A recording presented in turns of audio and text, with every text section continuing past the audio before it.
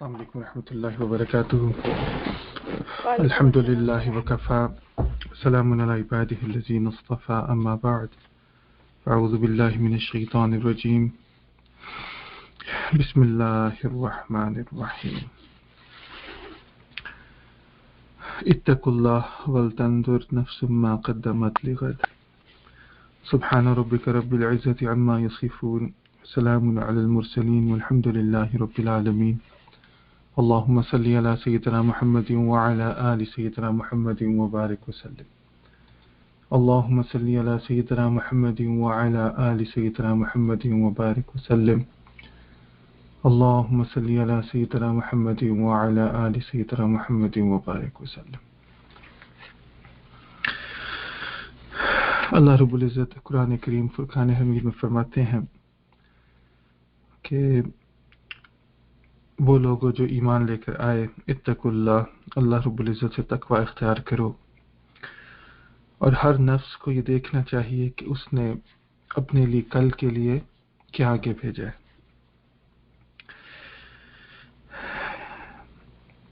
یہ منزل جو ہے یہ محاسبے کی منزل ہے.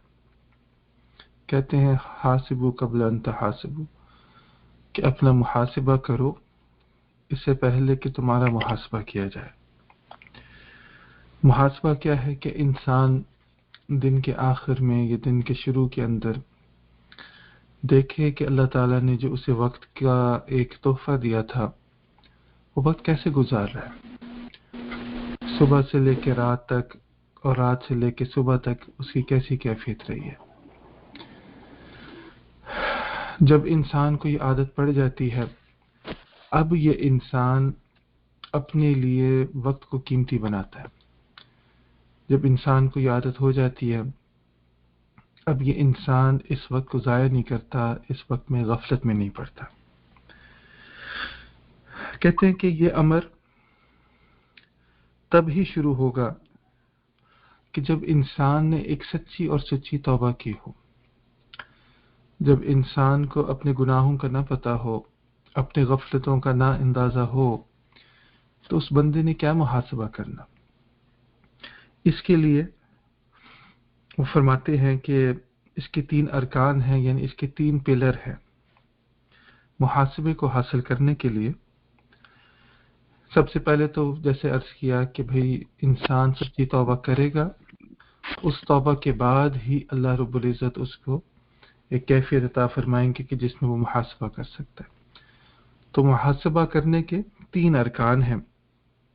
کہتے ہیں کہ پہلی چیز کیا ہے کہ انسان اللہ رب العزت کی نعمت اور اپنے گناہ اس کے اندر کمپیریزن یا تناظر کرنا سیکھے.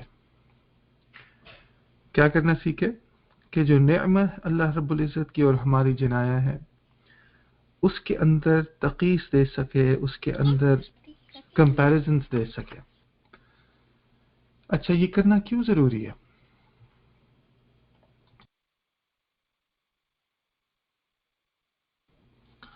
یہ کرنا کیوں ضروری ہے؟ کیونکہ جب تک انسان کے اندر یہ کیفیت پیدا نہیں ہوتی کہ میں تو اللہ تعالیٰ کے احسانات کے اندر ڈوبا ہوا ہوں، اور یہ کیفیت پیدا نہیں ہوتی کہ بھئی میں کتنا گناہ گار ہوں، یعنی محاسبے کی کیفیت میں، تب تک انسان کو صحیح معنی میں محاسبہ حاصل ہی نہیں ہو سکتا. یعنی اس اکاؤنٹیبلٹی کے لیے یہ اندر سب سے پہلی چیز ہے کہ اس کے اندر نعمت اور اپنی ٹرانسگریشنز کے درمیان میں تھوڑا سا کمپیئر کرنے کی عادت ہو. مثلا آج میں دیکھوں کہ اے اللہ تو نے مجھے رزق عطا فرمایا، میں رزق کے قابل نہ تھا، لیکن اللہ میری اس زبان نے شکر کرنے کے بجائے یا اللہ کریم کوئی گالی بک دی یا کوئی غیبت کر دی یا کوئی جھوٹ کر دیا. اب یہ دیکھتا ہے انسان کہ دیکھو اللہ کی عنایت ہی عنایت ہے اور میری طرف سے گناہ ہی گناہ ہے، تو اس کے اندر وہ ندامت پیدا ہوتی ہے. یہی ندامت اس کو پہلے توبہ پہ مجبور کرتی ہے، اور توبہ کرنے کے بعد اب اس کو محاسبے پہ مجبور کرتی ہے. یعنی اس کے بغیر انسان پروگریس نہیں کر سکتا، آگے نہیں بڑھ سکتا. اس کے بغیر انسان کا جو ایک گراف یا پلاٹ ہے نا وہ اسٹریٹ ہی رہے گا. کیونکہ روزانہ انسان دیکھتا ہے کہ اللہ تیری تو نعمتیں بڑھتی ہی جا رہی ہیں، چاہے وہ روحانی ہو، چاہے وہ جسمانی ہو، چاہے وہ دنیاوی ہو یا دینی ہو، اور اس کے ساتھ ساتھ انسان کی اپنے اوپر نظر ہوتی ہے کہ اللہ میرے اندر اتنا گند باقی ہے۔ تو پہلا رکن کہ انسان جو ہے نعمت اور اپنی جنایت کے درمیان میں فرق کرنا سیکھے، کمپیئر کرنا سیکھے، تناظر کرنا سیکھے۔ اور کہتے ہیں کہ یہ اس بندے کے لیے بہت مشکل ہو جاتی ہیں جس میں تین چیزیں نہ ہوں۔ اس بندے کے لیے بہت مشکل ہو جاتی ہیں کہ جس کے اندر تین چیزیں نہ ہوں۔ کیا؟ نور الحکمہ، آہا، حکمت جو ہے نا یہ واقعی یعنی کہ مسلمانوں کا، مومن بندے کا جیسے ایک گم شدہ زیور ہے کہ انسان کے اندر حکمت ہوگی تو یہ چیز سوچ سکتا ہے نا۔ اچھا، یہاں حکمت سے کیا مراد دیا جا سکتا ہے؟ یہاں حکمت سے مراد دیا جا سکتا ہے علم نافع۔ یعنی علم نافع کس کو کہتے ہیں وہ بھی سن لیں۔ علم نافع وہ علم ہے جو انسان کی عقل کے اندر نہیں، انسان کے دل کے اندر رہتا ہو۔ یعنی کہ عقل کے اندر داخل تو ہوگا کیونکہ کان کے ذریعے سے، آنکھوں کے ذریعے سے انسان اس کو کنزیوم کرتا ہے، لیکن صرف ذہن کی حد تک نہیں رہتا، اس کے دل میں آ کے ہلچل مچا دیتا ہے۔ یہ علم انسان کے اندر ہلچل مچا کے انسان کو ایک فرقان عطا کرتا ہے۔ فرقان یعنی فارقہ، قوت فارقہ۔ کیا مطلب ہوتا ہے؟ کہ صحیح اور غلط کے درمیان میں فرق کرنا سیکھے، حلال اور حرام کے درمیان میں فرق کرنا دل سیکھے۔ یعنی دل کے اندر ایک جذبہ اٹھاتا ہے۔ کچھ لوگ ہوتے ہیں نا کہ دل بالکل ہی مردہ سا ہوا ہوتا ہے، جو مرضی کرتے رہو، جو مرضی کہتے رہو، جو مرضی سنتے رہو، فرق ہی نہیں پڑتا۔ یہ سویا ہوا دل ہے، that's the best case scenario۔ اور worst case scenario کیا ہے؟ کہ مرا ہوا دل۔ تو اس لحاظ سے انسان وہ علم اللہ سے مانگے، یعنی کہ نور مانگے۔ یہ حکمت کا نور اسی کو کہتے ہیں کہ ایسا علم جو انسان کی عقل پروسیس تو کر لے لیکن پھر دل میں جگہ بن جائے، اب دل کو بے چین رکھے، بے تاب رکھے کہ میں نے کوئی ایسا کام نہیں کرنا جو اللہ کی اتھارٹی کے اگینسٹ۔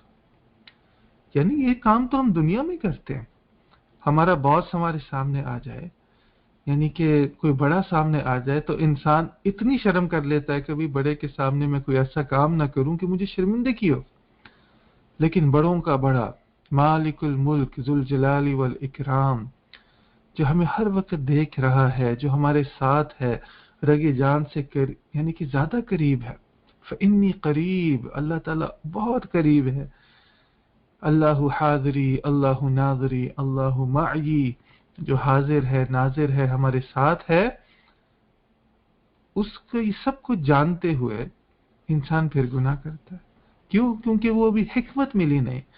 علم ہمارا ذہن تک ہے، یعنی ہم جانتے تو ہیں، مانتے بھی ہیں، لیکن عقلاً مانتے ہیں، عقلاً جانتے ہیں، قلباً اور ہماری روح کے اندر یہ چیز نہیں بھی اتری۔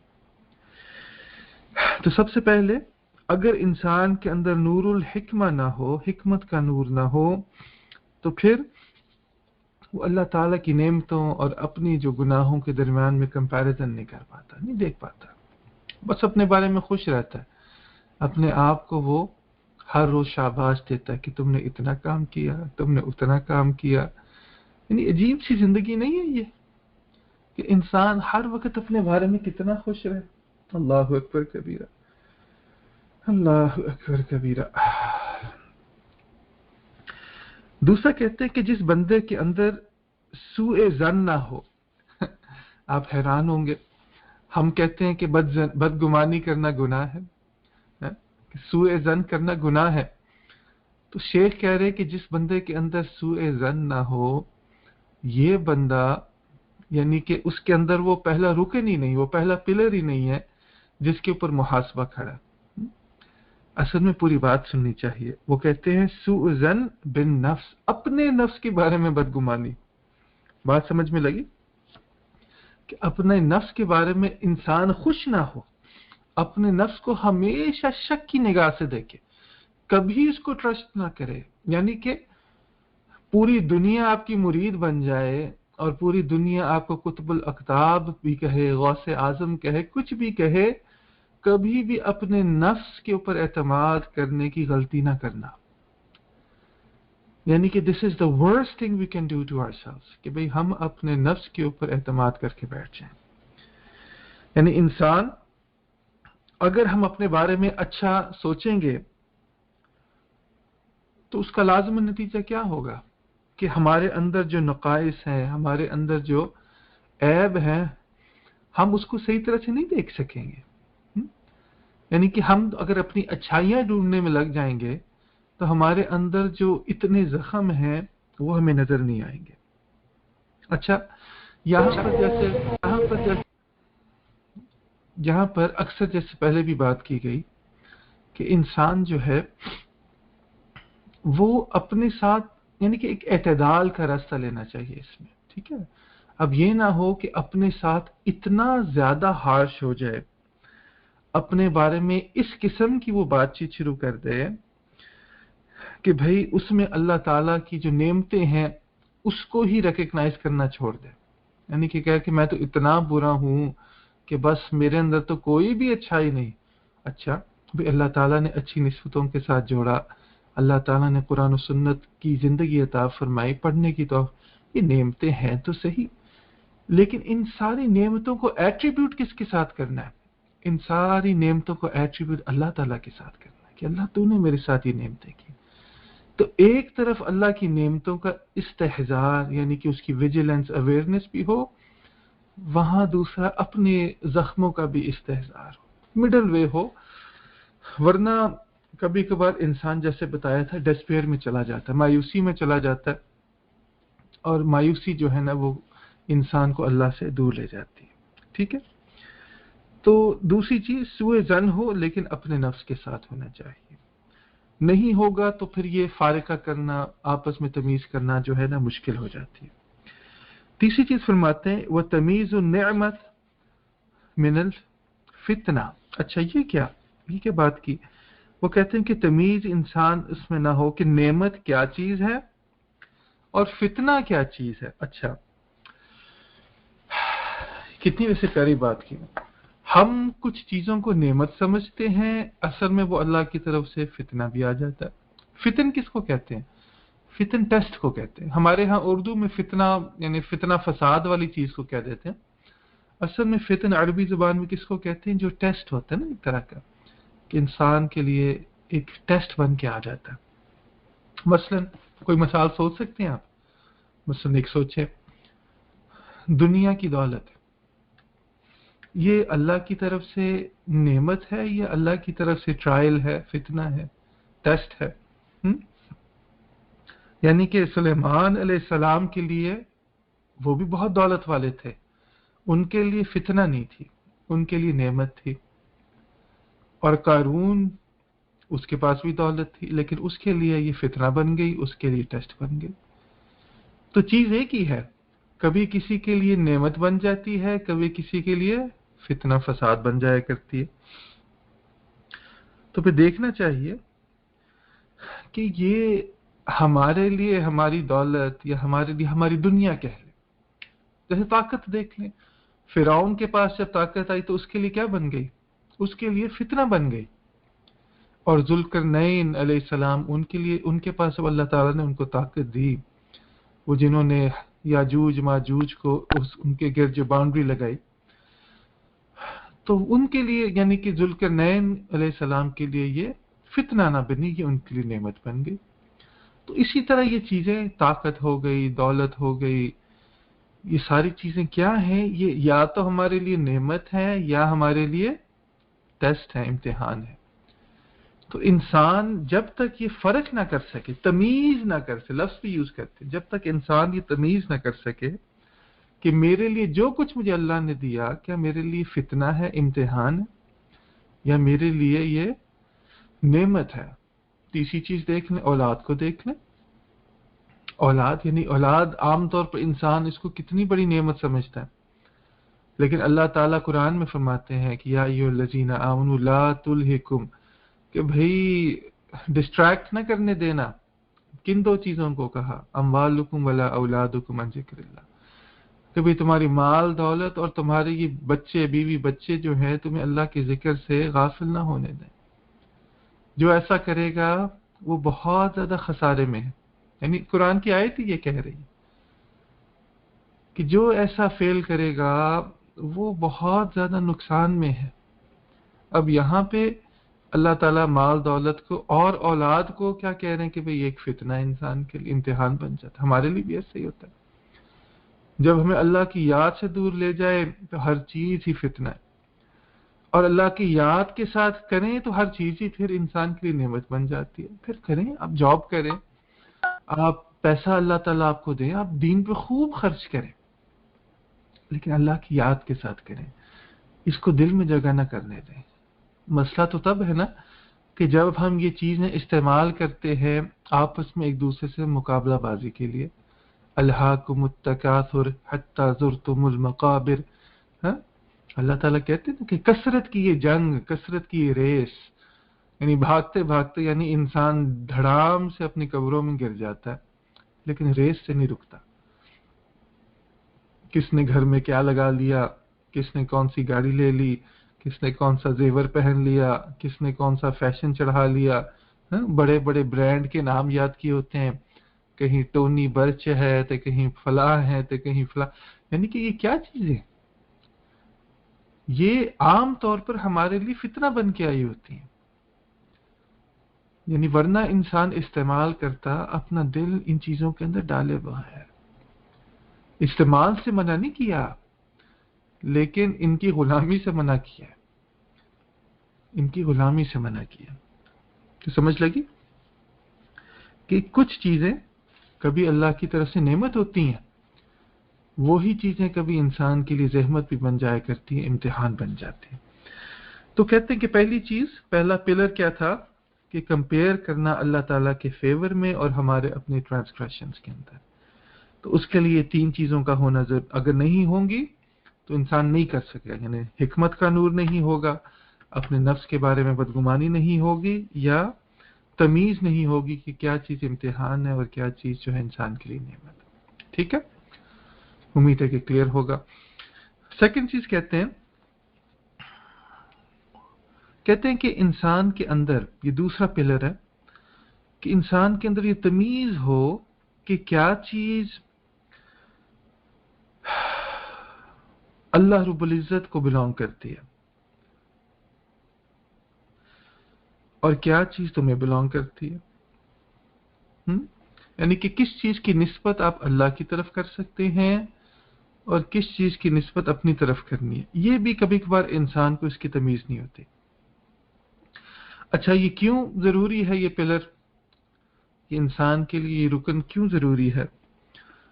اس لیے تاکہ انسان کے اندر یہ کیفیت پیدا ہو، یعنی اس کے اندر یہ معرفت بیدار ہو، اس کے اندر یہ، یعنی کہ اس کی ذہن میں یہ بات ہے بیسیکلی کہ اگر تو انسان نے گناہ کیا ہے تو اس کو ذہن میں ہو کہ بھی جنایا کیا ہے، علیک الحجہ، یہ میرے اوپر حجت بن گئی ہے، جو کل بھی بات کی گئی تھی. ٹھیک ہے نا؟ تو اس کی نسبت اب میرے اوپر چڑھ گئی، یعنی کہ میرے اوپر یہ جو گناہ میں نے کیا یا میں نے جو بھی جنایت کی، اب یہ میرے اوپر ایک حجت بن چکی ہے. اب کل قیامت والے دن اگر توبہ قبول نہ ہوئی تو کیا ہوگا؟ اسی چھوٹی سی بات کے اوپر، اس چھوٹی سی بات کے اوپر جو ہے نا، اللہ اکبر، یعنی میں پکڑ ہو سکتی. اب دیکھا نہیں تھا وہ جو ایک عورت تھی جس نے ایک بلی کے بچے کو مار دیا، اس کو پیاسا وغیرہ رکھ کے اس کے لیے جہنم لکھ دی گئی. تو یہ ہو سکتا ہے کتنی وہ نیک ہی کیوں نہ ہو، لیکن یہ بات پہ اس کی پکڑ، یعنی جس چیز پہ پکڑ ہو جائے ہمیں نہیں پتا.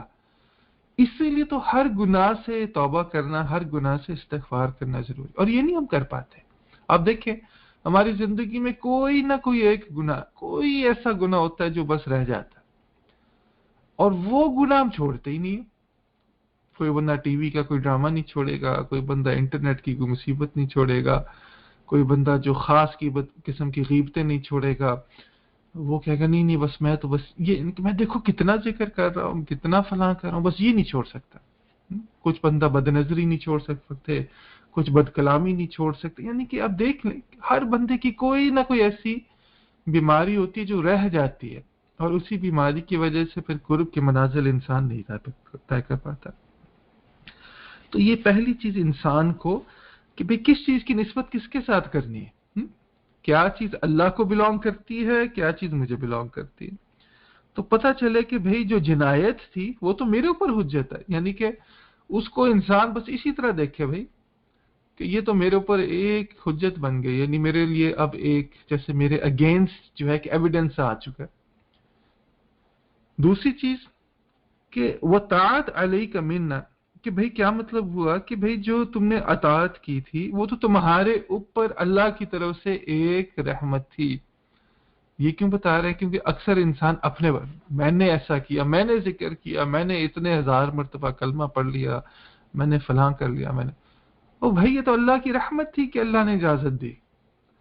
یہ تو اللہ کا تم پہ کرم تھا کہ اللہ تعالیٰ نے تمہیں بیٹھنے کی توفیق دی. نہیں دیکھتے ہزاروں عورتیں اور لاکھوں کروڑوں مرد جو ہیں تو کیسے زندگی گزار رہے. اگر اللہ نے ہمیں توفیق دے دی تو یہ اللہ کا ہم پہ کرم تھا. تو یہ کیوں ضروری کہ انسان کے اندر یہ ایک بیداری پیدا ہو، بیداری پیدا ہو کہ ہمارا ہر نیک عمل اللہ یہ تیرا کرم، تیرا فضل. اور واقعی جب اللہ وہ فضل کی چادر ہٹا لیتے ہیں، انسان جب گرتا ہے اوہو ہائے ہائے، انسان کیسے گرتا ہے اس کو پتہ بھی نہیں چلتا. اللہ کی طرف سے جب قبض کی کیفیت آ جائے، یہ خاص طور پر جو ذکر فکر کرنے والے لوگ ہیں وہ ایسے ہو جاتے ہیں کہ جیسے مچھلی سے پانی لے لیا جائے، ایسے تڑپنے لگ جاتے ہیں. ظاہر ہے جس کو ان تجلیات کی عادت پڑ جائے اور جو اللہ تعالیٰ کے ذکر کی چاشنی جس کو مل جائے، اب اس کو اس سے یہ چیز واپس لے لی جائے تو پھر تو کچھ بھی نہیں باقی بچتا نا. تو انسان اس پہ یعنی کہ تشکر کی کیفیت رہے، یہ محاسبے کا حصہ ہے. اللہ میں اگر ذکر میں بیٹھا، میں نے قرآن پڑھا، میں نے علم کے لیے کتاب کھولی، اس میں میرا کوئی کمال نہیں. اللہ یہ سب کا سب کس کا کمال ہے؟ میرے رب صرف اور صرف تیرا کمال. تیرا کمال تو نے مجھے توفیق دے دی. وما توفیقی الا باللہ، اللہ کے سوا کوئی توفیق دے ہی نہیں سکتا. اگر کچھ ہوتا ہے تو اللہ سے ہوتا ہے، اگر کچھ ہوتا ہے تو اللہ سے ہوتا ہے. اللہ نہیں چاہتا نہیں ہو سکتا، نہیں ہو سکتا. بیٹھے رہیں ذکر میں، اللہ نہیں چاہتا کہ وہ قلبی کیفیت ملے، نہیں ملے گی. اور جب اللہ دینے پہ آتے ہیں کوئی ذکر کیے بغیر، کتنی دفعہ دیکھتے ہیں صحبت میں لوگ آتے ہیں اور ان کے اندر ایک عجیب جذب کی کیفیت، اللہ تب دینا چاہتے ہیں بغیر ذکر کے دے دیتے ہیں، اور نہیں دینا چاہتے انسان بیٹھ کے وہ گھنٹوں بھی بیٹھا رہے، وہ کیفیت نہیں. یہ اللہ کی دین ہوا کرتی ہے. تو جو انسان کے اندر اطاعت ہے، جو اللہ کی طرف سے نیک عمل ہے، وہ انسان کو توفیق ہے. اب یہ نہ سمجھتا ہے، کیونکہ میں نے پہلے ہی کہا تھا کہ یہ باتیں اصل میں ان لوگوں کے لیے تھیں کہ جو الحمدللہ جن کی ایک تھوڑی سی پختگی ہے علم کے اوپر، جو سمجھتے ہیں تقدیر کے، قدر کے فیصلے، قضاء و قدر کے فیصلے، وہ سمجھتے ہیں کہ کوشش کرنا پھر بھی ہمارے لیے رکھا گیا. کوشش ہمارے اوپر ہے، دینا نہ دینا اللہ کے اوپر ہے. اب یہ نہ کہ انسان بیٹھ جائے جی گھر پہ میں نے تو کچھ کرنا ہی نہیں. شیخ صاحب نے آج ایسا کہہ دیا کہ بھی اطاعت جو ہے وہ اللہ ہی کی طرف سے ہے، تو جب اللہ تعالیٰ نے دینی ہوگی وہ خود ہی دے دے گا، مجھے کیا کرنے کی ضرورت ہے. مزے کی بات ہے ہم کبھی رزق کے بارے میں ایسا نہیں کہتے. رزق کے بارے میں ہم محنت کریں گے اور دل میں پھر ہوتا ہے کہ ہاں اللہ دیں گے. جہاں دین کی بات آتی ہے، دین کی محنت، اس کے اندر انسان جو ہے پھر وہ محنت نہیں کرنا چاہتا. اللہ اکبر کبیرہ. اور تیسری چیز وہی جو ہم نے پہلے کی کہ یہ جو انسان کے اوپر جو قضاء و قدر کے فیصلے ہوئے، یہ ہمارے لیے یعنی کہ ایکسکیوزز نہیں تھے، یہ ہمارے اگینسٹ ایویڈنس تھے، جیسے پہلے بات کی گئی. اللہ وہی جیسے کہ ہم قدر کو ایکسکیوز کے طور پہ یوز نہیں کر سکتے. یعنی کوئی چیز ہمارے قدر میں اسی لیے لکھی گئی ہے کیونکہ ہم اس کو ڈیزرو کرتے تھے. سمجھ لگی نا؟ یعنی کہ ہم اس کو ڈیزرو کرتے تھے، ہمارے قدر میں آ گیا، اور یہ انڈیویجولز پہ بھی ہے اور یہ قوموں کے اوپر بھی ایسے ہوا کرتا ہے۔ اللہ اکبر۔ تو یعنی کہ انسان کی لائف میں جو فیلیئرز آ جاتے ہیں دینی لحاظ سے یا کچھ بھی ہے، تو انسان جو ہے نا کسی اور کے اوپر انگلی نہیں اٹھا سکتا، اپنے اوپر ہی انگلی اٹھانی پڑتی ہے، ٹھیک ہے نا؟ تو سمجھے کہ جو بھی کہ والحکم علیک حجہ ما ہوا لک معذرہ، یعنی کہ یہ ہمارے لیے عذر نہیں تھا، ہمارے لیے عذر نہیں ہے، ہمارے اگینسٹ ایویڈنس ہے۔ تو انسان جو ہے یہ اس چیز کو سمجھے کہ کیا چیز اپنے اوپر اس نے رکھنی ہے، کیا اللہ کی طرف، یعنی کہ اس کو آسان الفاظ میں ایسا سمجھیں کہ زندگی میں کوئی خیر دیکھتے ہیں نا، اس کو بڑوں کی طرف منسوب رکھیں، اس کو اللہ کی طرف منسوب رکھیں۔ اصل چیز تو اللہ ہی ہے، لیکن اللہ تعالیٰ ذریعہ بنا دیتے ہیں۔ ہمارے مشائخ ہمارے لیے ذریعہ بن گئے، وابتغوا الیہ الوسیلہ سمجھ لیں، وسیلے بن جاتے ہیں۔ تو انسان خیر کی نسبت ادھر کر دیتا ہے اور شر کی نسبت اپنی طرف ہی رکھتا ہے، ٹھیک ہے نا؟ یہ بیسکلی اس کو کہتے ہیں to cut the story short, یہ بتایا گیا۔ اچھا، تیسری چیز، تیسرا رکن کیا ہے؟ تیسرا رکن کہتے ہیں کہ تمہارے اندر ایک معرفت ہو۔ یہ کیا عجیب ویسے معرفت کی بات، وہ کہتے ہیں تمہارے اندر ایک معرفت بیدار ہو۔ محاسبہ کیا ہے کہ تمہارے اندر، تیسری چیز کیا ہے، تمہارے اندر ایک معرفت بیدار ہو، جاگے۔ کیا؟ اللہ اکبر کبیرہ، یعنی یہ تو ہر صوفی کی جو ہے نا سوچ کے اوپر پانی پھیر دیا۔ وہ کہتے ہیں کہ ہر عمل جو تم اطاعت کا کرتے ہو، جس کے اوپر تم کنٹینٹ ہو گئے، یعنی جس کے اوپر تم راضی ہو گئے، یہ تمہارے اگینسٹ، یہ تمہارے خلاف جو ایک حجت بن جائے گی۔ اللہ اکبر کبیر، ہے کسی عجیب بات ہے؟ لیکن پھر وہ بات ہے کہ میں مبتدی لوگوں کے لیے باتیں نہیں ہیں، یعنی کہ ابتدا میں انسان جو ہے نا اپنے سے خوشی ہونا پڑتا ہے، اس ابتدا میں ریا ہوتا ہے، یہ سب چیزیں ہوتی ہیں، ٹھیک ہے نا؟ حاجی امداد اللہ مہاجر مکی رحمۃ اللہ فرمایا کرتے تھے کہ ہر، یعنی کہ اچھا جو عمل ہے پہلے ریا ہوتی ہے کہ انسان اپنے شیخ کو دکھانے کے لیے کرے گا یا ماں باپ کو، جو بھی ہے اس کو دکھانے کے لیے کرتا ہے، پھر عادت بنتی ہے کہ پھر انسان کی ہیبٹ ڈیولپ ہو جاتی ہے کہ بھی میں نے عمل کرنا ہے، پھر عبادت بنا کرتی ہے، پھر جا کے اخلاص کچھ اس میں آتا ہے، ٹھیک ہے نا؟ تو اسی لیے بھی میں نے تو یہ کلاسز شروع کی تھی، ہماری جو مدرسے کی بچیاں الحمدللہ، بالخصوص جو ہماری اساتذہ کرام ہے وہاں پر، اور جو ہمارے دور حدیث کی بچی، ان کے لیے کلاسز تھیں۔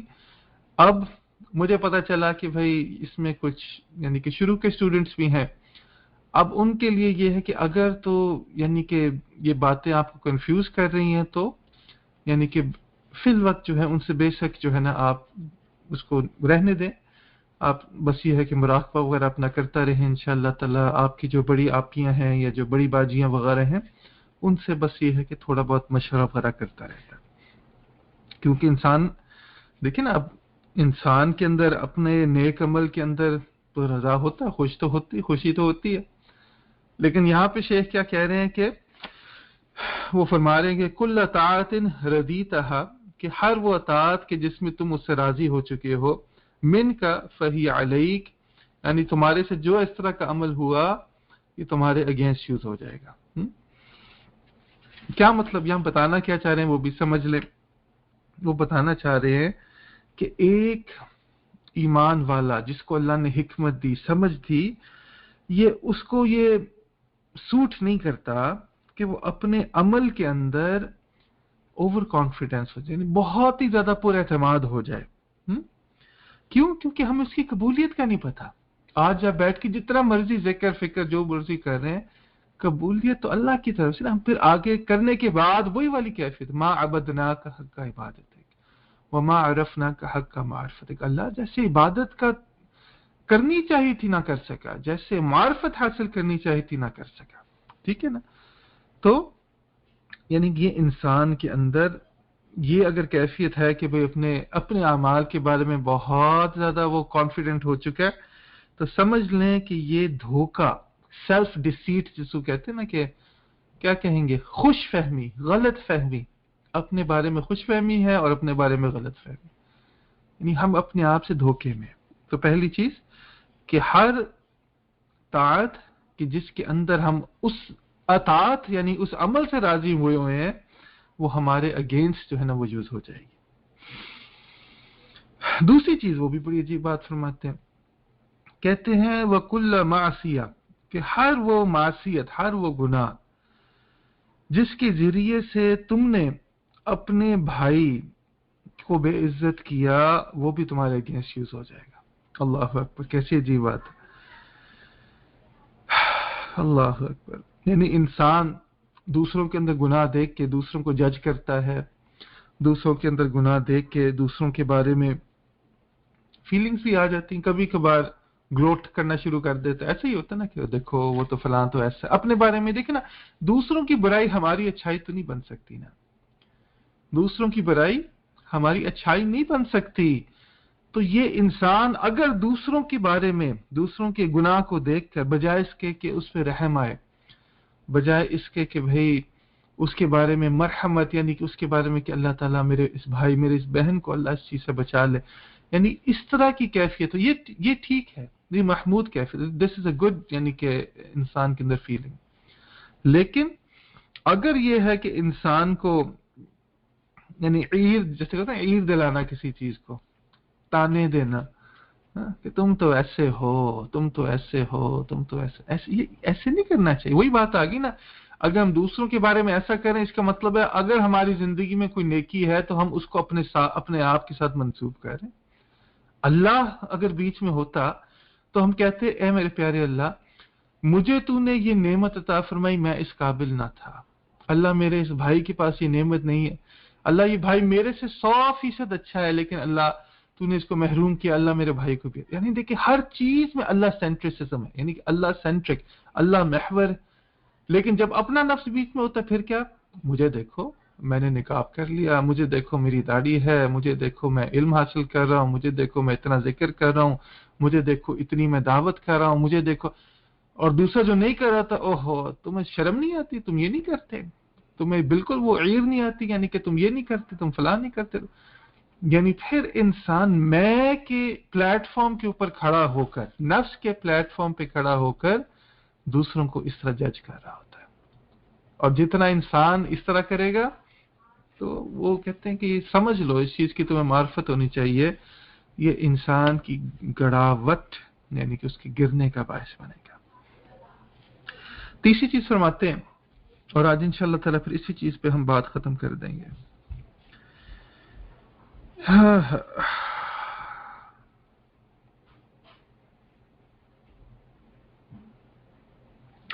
تیسری چیز فرماتے ہیں کہ اللہ تعالیٰ نے جو تمہیں وقت دیا ہے نا، دیکھو اللہ تعالیٰ قرآن کریم میں وقت کی قسمیں کھاتے ہیں، والعصر، اور والعصر کے بعد اللہ تعالیٰ یعنی کوئی شک و شبہ نہیں، ان الانسان لفی خسر، کوئی شک نہیں ہے کہ انسان خسارے میں ہے. یعنی جس نے اس وقت کو ہاتھ سے پھسلنے دیا، اللہ اکبر، وہ یقیناً خسارے میں، یقیناً خسارے میں. ہمارے حضرات اکثر کہا کرتے تھے کہ بھئی مشائخ سے فائدہ اٹھا لو، انہوں نے ہاتھوں سے مچھلی کی طرح پھسل جانا. یعنی آپ مچھلی کو پانی سے نکالے نا، وہ چونکہ چکنی ہوتی ہے، سلپری سی ہوتی ہے، وہ ایک دم ہلکی سی بھی ہلتی ہے تو ہاتھ سے پھسل جاتی ہے. کہتے ہیں ہاتھ سے ایسے ہی چیزیں نکل جاتی ہیں. اور واقعی ایسا ہے، جو اوقات ابھی مل رہے ہیں وہ بعد میں نہیں ملیں گے، وہ بعد میں نہیں ملیں گے. یعنی کہ ہمیں بھی یاد پڑتا ہے آج سے 20-25 سال پہلے مشائخ کے ساتھ گھنٹوں نہیں، منٹ نہیں، گھنٹے نہیں، دن بھی نہیں، ہفتے بھی نہیں، مہینے مل جایا کرتے تھے، مہینے مل جایا کرتے تھے. یعنی الحمدللہ مہینوں انسان گزار لیتا تھا، وقت ہوتا تھا، وہ ٹائم ڈیفرنٹ تھا نا. اور اس کے بعد اب یعنی کہ منٹ بھی مل جائیں تو یعنی کہ بڑی جیسے کہ اللہ کی طرف سے ایک رحمت کی کیفیت ہوتی ہے، اوہو اللہ کا احسان. تو وہ جنہوں نے فائدہ نہیں اٹھایا انہوں نے نہیں اٹھایا، واقعی ایسا ہوتا ہے. اب یعنی کہ الحمدللہ یعنی کہ اللہ تعالیٰ نے جہاں پر بھی رکھا ایک دین کے ساتھ جوڑ کے رکھا. میں اکثر سوچتا ہوں کہ مشائخ کسی چیز کو سوچتے، مجھے یاد پڑتا ہے کہ 94 کی بات ہے یا اس سے پہلے کی بات ہے، ہمارے حضرت ڈاکٹر سلیم صاحب دامت برکاتہم، ان کو ورجینیا یہاں پہ امریکہ کی ایک اسٹیٹ ہے، تو اس میں ان کو اجازت و خلافت مل رہی تھی حضرت جی سے. تو بڑا عجیب سا بیان حضرت جی نے اس وقت کیا. فرماتے ہیں کہ اللہ والے جو ہے وہ پوری دنیا میں مارے پھرتے ہیں کہ کوئی ایک ایسا بندہ مل جائے کہ جس کے سینے میں، کہ جس کے دل کے اندر اس نسبت کو ٹرانسفر منتقل کر دیا جائے. تو کہتے ہیں ہزاروں نہیں، لاکھوں میں، کروڑوں میں کوئی ایک ایسا بندہ ملتا ہے کہ جس کو یہ نسبت دی جاتی ہے. پھر انہوں نے ان کے لیے دعائیں کی کہ میں دعا کرتا ہوں کہ یہ میرے دکھ کے ساتھی بنیں گے، میرے غم کے ساتھی بنیں گے، اور یعنی کہ اس نسبت کو اور اس محنت کو لے کر آگے چلیں گے. یعنی کہ وہ عجیب باتیں مجھے ابھی بھی یاد ہے. تو واقعی ہم نے اپنے حضرات کی زندگی میں بھی دیکھا کہ جہاں پہ بھی رہے محنت کی، یعنی نیو یارک ہوئے ادھر محنت کی، ورجینیا ہوئے ادھر محنت کی، پاکستان ہوئے ادھر محنت کی، جدھر بھی گئے محنت کی. کوئی ایک بندہ ایسا مل جائے. تو ہم اپنی زندگی میں بھی دیکھتے ہیں، پہلے اللہ تعالیٰ نے ایک اور اسٹیٹ میں کسی اور جگہ پہ رکھا، وہاں بھی الحمدللہ یعنی کہ تعلق والے تھے، لیکن پھر انسان سوچتا ہے کہ کس نے کتنا پایا. کتنے تھے کہ جو واقعی جو نسبت کے لیے تڑپتے تھے. کوئی ایسا نظر نہیں آتا، نہ کوئی مرد ایسا نظر آتا ہے، نہ کوئی عورت ایسی نظر آتی ہے کہ جو واقعتاً نسبت کو حاصل کرنے کے لیے، ولایت کو حاصل کرنے کے لیے تڑپتا ہو، طلب ہو اس کے لیے دن رات ایک کرے، سب کچھ قربان کرنے کے لیے تھا.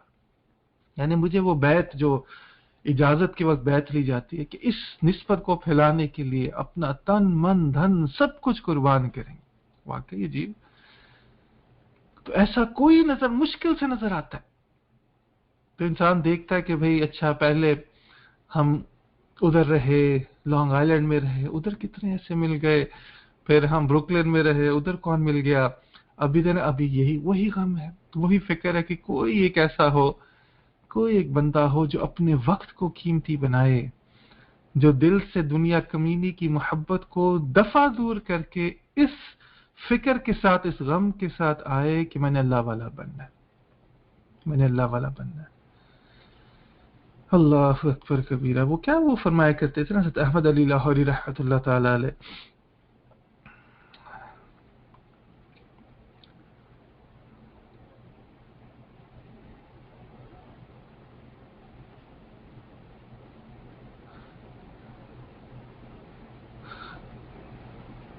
کہ سب کا اللہ ایک، اللہ کا کوئی ایک. کہ سب کا اللہ ایک، اس طرح کر کے کچھ فرمایا، سب کا اللہ ایک، اللہ کا کوئی ایک، لاکھوں میں نہ ملے تو کروڑوں میں تو دیکھ. تو ایسا ہی ہوتا ہے کہ انسان کو پھر ڈھونڈنا پڑتا ہے ہزاروں لاکھوں کروڑوں میں جا کے، کوئی ایک بندہ ایسا مل جائے جس کے اندر یہ نسبت ہو. مرد بھی ہوتے ہیں، عورتیں بھی ہوتی ہیں، عورتیں بھی صاحب نسبت بنتی ہیں، لیکن یہ محاسبہ ہی نہیں کسی میں. اس طرح کا وہی جو ہم نے جو بات چیت کی، اگر آپ صرف ان پہلے 3 منازل کو دیکھ لیں کہ کس کے اندر آپ کو یہ یقظہ کی کیفیت نظر آتی ہے، یہ جاگ کس کے اندر ہے کہ بھئی میں نے کچھ کرنا ہے. دنیا سے وحشت کس کے اندر نظر آتی؟ نہیں نظر آتی. اور اس کے بعد وہ سچی توبہ جو ہم نے بات کی، اور وہ کل عجیب باتیں تھیں. یعنی کہ الحمدللہ یہ حضرت، یعنی کہ ان کو شیخ الاسلام کہا جاتا ہے، یعنی امام ابو اسماعیل عبداللہ ابن محمد ابن علی الانصاری الحروی رحمت اللہ تعالی، شیخ الاسلام تھے، بہت بڑے یعنی بزرگ تھے، بہت بڑے بزرگ تھے. یعنی انہوں نے توبہ کی کیا بات ہے، ہم نے تو ایسی توبہ کی نہیں آج تک. اور اس توبہ کے کرنے کے بعد کنٹینیوس محاسبے میں، یہ نہیں کہ توبہ کے الحمدللہ جی میں نے بیعت کے الفاظ پڑھ لی، بھئی وہ تو ایک چیز میں داخل ہوئے تھے، اب تو روزانہ توبہ، روزانہ استغفار، روزانہ محاسبہ کرنا ہے. اور محاسبہ کیا، یہ جن چیزوں کی آج بات چیت کی گئی تھی، یعنی کہ اپنے وقت کو انسان اس طرح قیمتی بنائے، اس میں کوئی نیکی ہے اللہ کی طرف رخ موڑے، اس میں گناہ ہے تو اپنی ذات کو ملامت کرے، لیکن ہمت کے ساتھ انسان آگے بڑھنے والا بنے. ہمت کے ساتھ انسان آگے بڑھنے والا بنے، اپنے حال کو بہتر بنائے. نہ ماضی میں اتنا پھنسے رہیں اور نہ مستقبل کے بارے میں اتنے فکر مند ہوں. لا خوف علیہم ولا هم یحزنون، اللہ کے ولیوں کی نشانی ہے، اللہ کے ولیوں کی نشانی. تو اللہ کا ولی بننا ہے تو وہ کوالٹیز اپنے اندر ڈیولپ کریں. اب تو عجیب اللہ تعالیٰ نے حال کر دیا. اب ملتان میں گئے، وہاں بڑے بزرگ ان سے ملاقات ہوئی تو وہ اپنی بھی زندگی کے بارے میں بتا رہے تھے کہ اب میرا عجیب حال ہو چکا ہے کہ بس اب میں، یعنی کہ وہ خاص طور پر بزرگوں کا جب یہ آخری وقت ہوتا ہے عجیب سی کیفیت ہوتی ہے. وہ حضرت مجدد صاحب کی وہ مثال دے رہے تھے.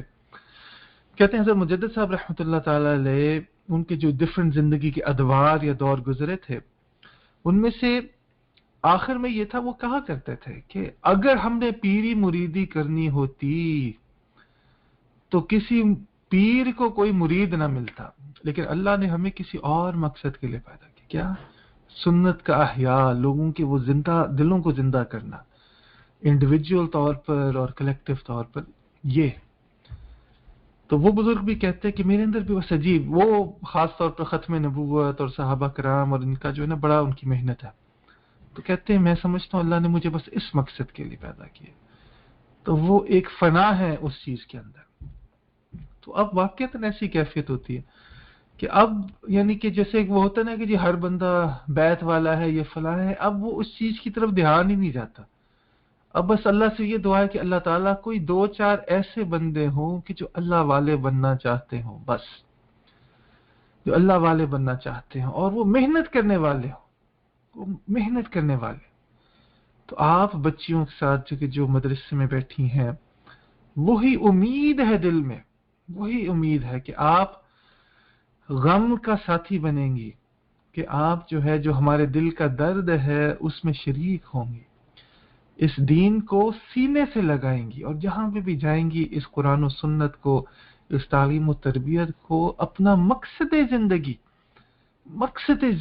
بنا کر، اس دنیا کمینی سے منہ موڑ کر اللہ کو اپنا مقصد، اللہ کو اپنا محبوب، اللہ کو اپنا معبود، اللہ کو اپنا مطلوب بنا کے زندگی گزاریں گے.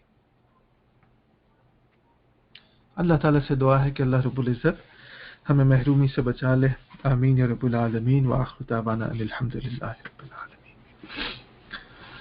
کچھ دیر کے لیے مراقبہ کر لیں، آنکھوں کو بند کر لیں، سر کو جھکا لیجئے، دنیا مافیہ سے ہٹ کے اللہ رب العزت کی یاد میں ڈوب جائیے.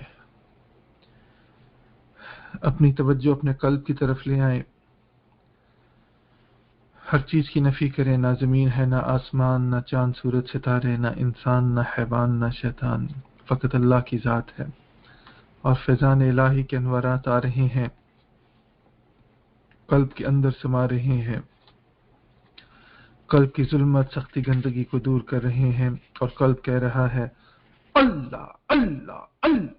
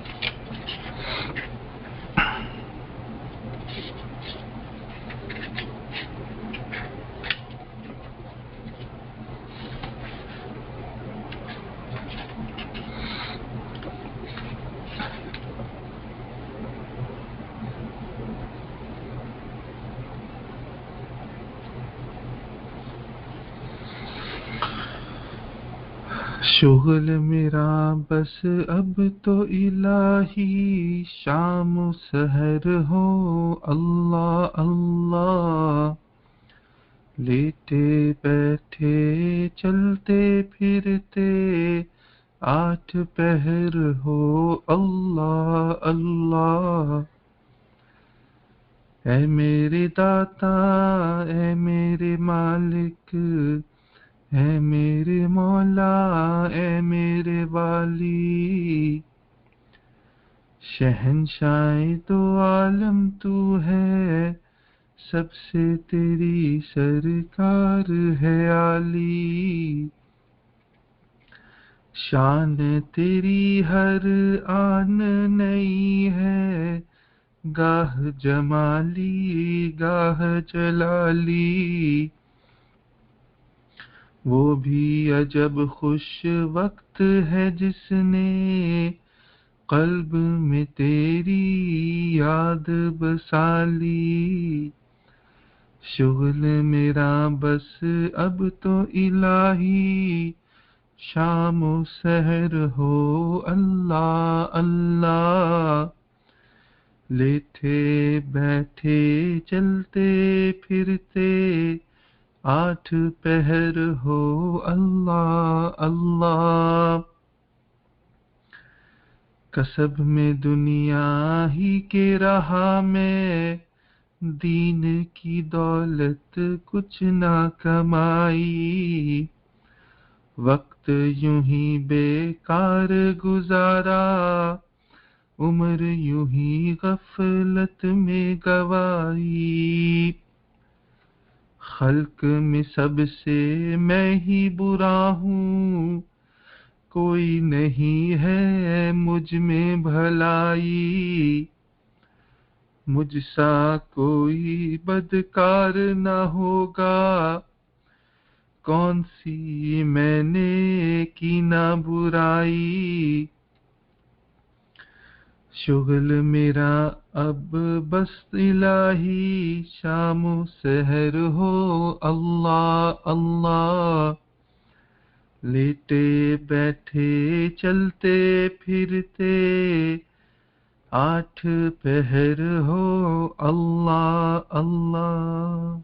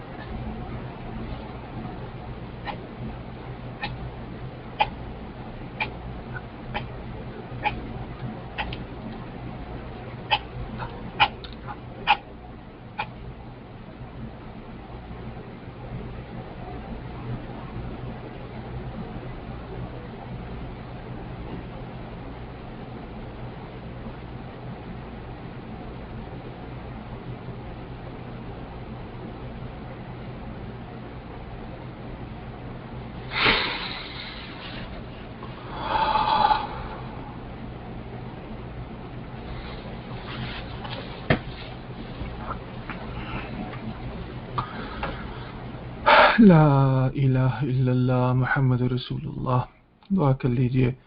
سبحان ربی علی الوہاب، اللہم صلی علی سیدنا محمد وعلی آل سیدنا محمد وبارک وسلم، ربنا ظلمنا انفسنا وإن لم تغفر لنا وترحمنا لنكونن من الخاسرین، رب اغفر وارحم وانت خیر الراحمین، اللہم یا مقلب القلوب ثبت قلوبنا على دینک، اللہم یا مصرف القلوب صرف قلوبنا على طاعتک، یا حنان یا منان یا ذو الجلال والاکرام، یا حی یا قیوم برحمتک نستغیث۔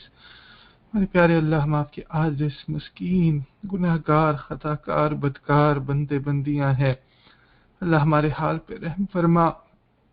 اللہ ہم ظاہر میں آپ کے بندے ہیں، اصل میں گناہوں کے پلندے ہیں، یا اللہ ہم پہ رحم فرما۔ اللہ کریم، یا اللہ کریم،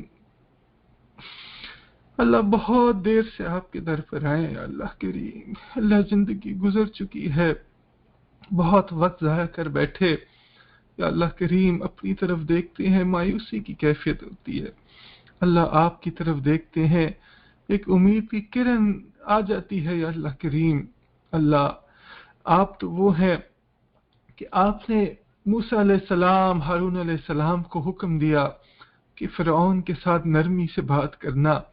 اللہ کریم، ہم آپ کا ذکر کرنے والے، آپ کی تسبیح بیان کرنے والے، آپ ہم سے نرمی کا معاملہ کیوں نہیں کریں گے؟ اے پیارے اللہ، اللہ کریم اپنی اچھائی سے ہماری برائی دور کر دیجئے.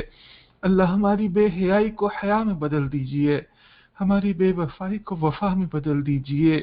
اللہ ہم عبد الشیطان عبد النفس بنے رہے، اللہ اب ہمیں عبداللہ بنا دیجئے. بندگی کے آداب سکھلا دیجئے. اللہ ہم سب کو ایسا بنا دیجئے کہ اللہ ہمیں سے ہر بندہ آپ کو پسند آ جائے. اللہ کہ آپ ہم سے محبت کرنے لگ جائیں. اللہ وہ اعمال ہمیں سکھلا دیجئے کہ اللہ آپ کی محبت کو کھینچے. اللہ کریم ہمیں دنیا میں اللہ والا بنا دیجئے. اللہ اس کمینی دنیا کی محبت دور کر دیجئے. اپنی سچی محبت، اپنا سچا عشق اللہ عطا فرما دیجئے. اللہ اپنے عشق کی وہ آگ ہمارے سینے میں بیدار کر دیجئے کہ ہر غیر اللہ کو جلا کے رکھ دے. اللہ ہمیں ذکر میں بیٹھنے کی توفیق عطا فرما. یا اللہ ذکر کی وہ چاشنی نصیب فرما جو ہر غیر اللہ کو بھلا دے. اللہ کریم کرم کا معاملہ فرما. اللہ ہمیں تقوی، طہارت، حیا والی زندگی نصیب فرما. ایمان حقیقی، یا اللہ اس کی حلاوت عطا فرما. اللہ ہمیں راتوں کے سجدوں کی سرور نصیب فرما. اے اللہ آپ کے کتنے پیارے لوگ ہوں گے جو رات کو اٹھ کے چپ کے آپ سے باتیں کرتے ہیں. اللہ کریم کیا کوئی ایسی رات ہمیں بھی نصیب ہوگی؟ اللہ رحمت سے عطا فرما دیجئے، محروم نہ کیجئے. اللہ آج ہم نے محاسبے کے بارے میں پڑھا، اللہ یہ محاسبہ ہمیں نصیب فرما. اللہ کہ ہر وقت ہر سیکنڈ کا محاسبہ کریں. کیا وہ سیکنڈ اللہ آپ کی یاد میں گزرا، آپ کے ذکر میں گزرا تو وہ تو زندگی ہے ورنہ شرمندگی ہے. اللہ اس شرمندگی سے بچا لیجئے. اے اللہ ایمان والی زندگی اور اپنے اپنے وقت پر ایمان کلمہ شہادت کی موت نصیب فرما. یا اللہ ہمیں محرومی سے بچا، اس نسبت عالیہ کے انوارات فیوزات نصیب فرما. اللہ ہم سب کو صاحب نسبت بنا، نسبت کا قدر کرنے والا بنا. اللہ ہماری طرف سے ہمارے مشائخ کو بہترین جزائے خیر نصیب فرما. یا اللہ ان سے بھرپور فائدہ اٹھانے والا بنا. اللہ ہماری ان دعاؤں کو اپنی رحمت فضل کرم سے قبول فرما. جو مانگا عطا فرما، جو مانگنا چاہیے تھے نہ مانگ سکے اے رب کریم وہ بھی عطا فرما. خدا بندہ مقصود من تو ای و رضائے تو، میرا محبت و معرفت ذوق و شوق خود بدے. صلی اللہ تعالی علی خیر خلقہ محمد وعلی آلہ واصحابہ اجمعین برحمتک یا ارحم الراحمین. آمین یا رب العالمین.